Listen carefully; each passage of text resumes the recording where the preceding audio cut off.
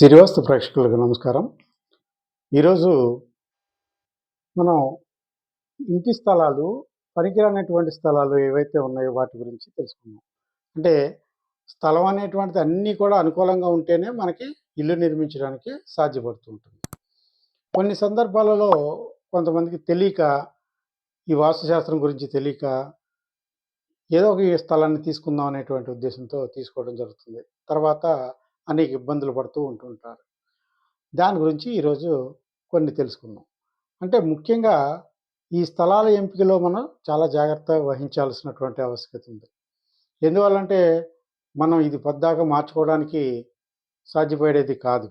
ఇది ఒక స్థలాన్ని తీసుకొని ఒక ఇంటిని నిర్మించామనంటే కొన్ని తరాల పాటు ఆ ఇంటిలో ఉండేటువంటి నివసించేవారు సుఖశాంతులతో నివసించాలనేటువంటిది అందరూ కోరుకుంటూ ఉంటారు.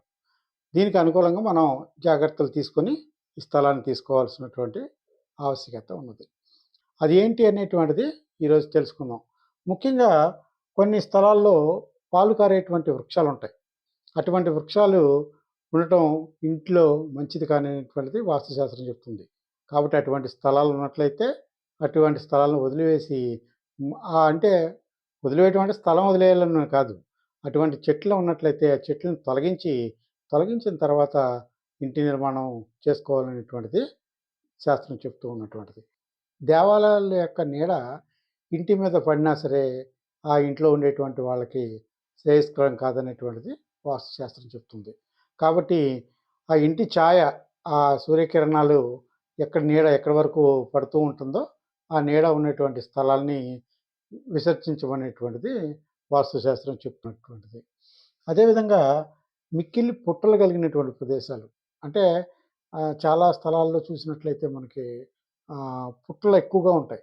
అటువంటి ఎక్కువగా ఉన్నటువంటి స్థలాలు చూసినట్లయితే వాటిని విసర్జించడం మంచిదనేటువంటిది వాస్తుశాస్త్రం చెప్తుంది. ఎందువల్లంటే అది పాములు ఎక్కువగా నివసించేటువంటి ప్రదేశం కాబట్టి దాన్ని తొలగించి మనం నిర్మించడం అనేటువంటిది శాస్త్రరీత్యా మంచిది కాదు అనేటువంటిది చెప్తూ ఉన్నారు. అదేవిధంగా శ్మశానానికి దగ్గరగా ఉన్నటువంటి మనకి స్థలాలు అయితే ఒక 1000 గజాల దూరంగానే ఉన్నటువంటి స్థలాల్ని తీసుకోవటం ఉత్తమం అనేటువంటిది శాస్త్రం చెప్తుంది. ఎందువల్లంటే తెలుసు శ్మశానం దగ్గర మనకు ఉన్నట్లయితే మానసికంగా అనేక ఆందోళన కలిగేటువంటి అవకాశాలు ఉన్నాయి. కాబట్టి అటువంటి స్థలాలకి దూరంగా ఉండటం అనేటువంటిది ఉత్తమం అని వాస్తుశాస్త్రం చెప్తూ ఉంది. ఇక ఎల్లప్పుడూ తేమ కలిగినటువంటి భూములు, బాగా తేమ కలిగినటువంటి భూములు విసర్జించమనేటువంటిది వాస్తుశాస్త్రం చెప్తుంది.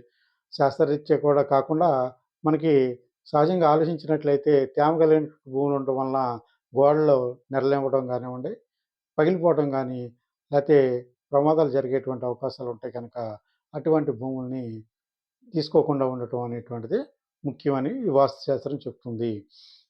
అదేవిధంగా పూర్రెలు, ఎముకలు, బూడిద, బొగ్గు మొదలగు ఉన్నటువంటి వస్తువులన్నీ కూడా భూమిలో కొన్ని స్థలాల్లో ఉండటం జరుగుతూ ఉంటుంది.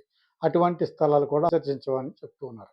అయితే ఈ ఆధునికంగా స్థలాల యొక్క కొరత ఉన్నటువంటి సందర్భంగా వీటి స్థలాల్ని తీసుకోవాలన్నట్లయితే కొన్ని అంటే మనిషి ప్రమాణం ఎంతైతే ఉంటుందో అంత ప్రమాణం వరకు లోతు ఈ స్థలాల యొక్క మట్టిని తీసివేసి దాంట్లో ఏదన్నా అవశేషాలు కానీ, లేకపోతే ఈ బొగ్గులు అనేటువంటిది కానీ, పెంకులు కానీ, లేకపోతే వగైరాలు ఉన్నట్లయితే వాటన్నిటిని తీసేసి మనం ఆ భూమిని మంచి మట్టితో నింపి శుద్ధి చేసి ఆ స్థలాన్ని వాడుకోవచ్చు అనేటువంటిది వాస్తుశాస్త్రం చెప్తూ ఉంది. అదేవిధంగా ఇంకా 4 వీధులు కానీ లేదా వీధి సోలలు కలిగినటువంటి స్థలాలు అంటే 4 కూడల్లో ఇంటి స్థలానికి 4 వైపుల రోడ్లు ఉన్నటువంటి స్థలాలు ఉంటాయి.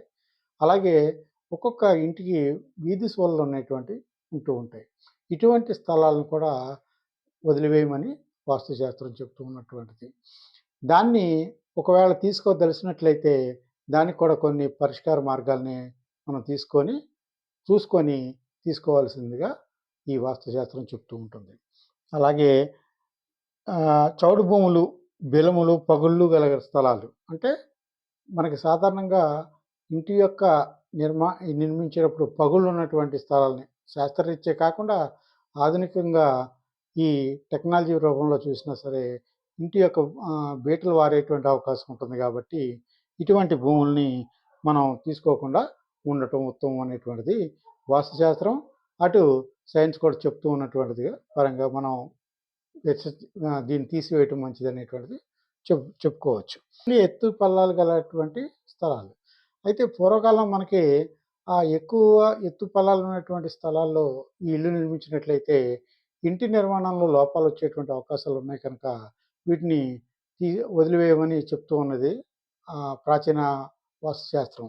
కానీ ఇప్పుడున్నటువంటి పరిస్థితి ప్రకారం ఈ ఉన్నటువంటి భూములన్నిటిని కూడా చదును చేసే పరికరాలు రావడం, వీటన్నిటి ద్వారా వీటన్నిటిని తీసుకొని మనం చదును చేసి ఆ భూముల్లో ఈ నిర్మాణాలను నిర్మించుకోవచ్చనేటువంటిది చెప్తూ ఉన్నారు. ఈ ఇంటి నిర్మాణం చేసుకోవచ్చనేటువంటిది వాస్తుశాస్త్రం చెప్తూ ఉన్నటువంటిది. చేసుకోవచ్చు. నమస్కారం.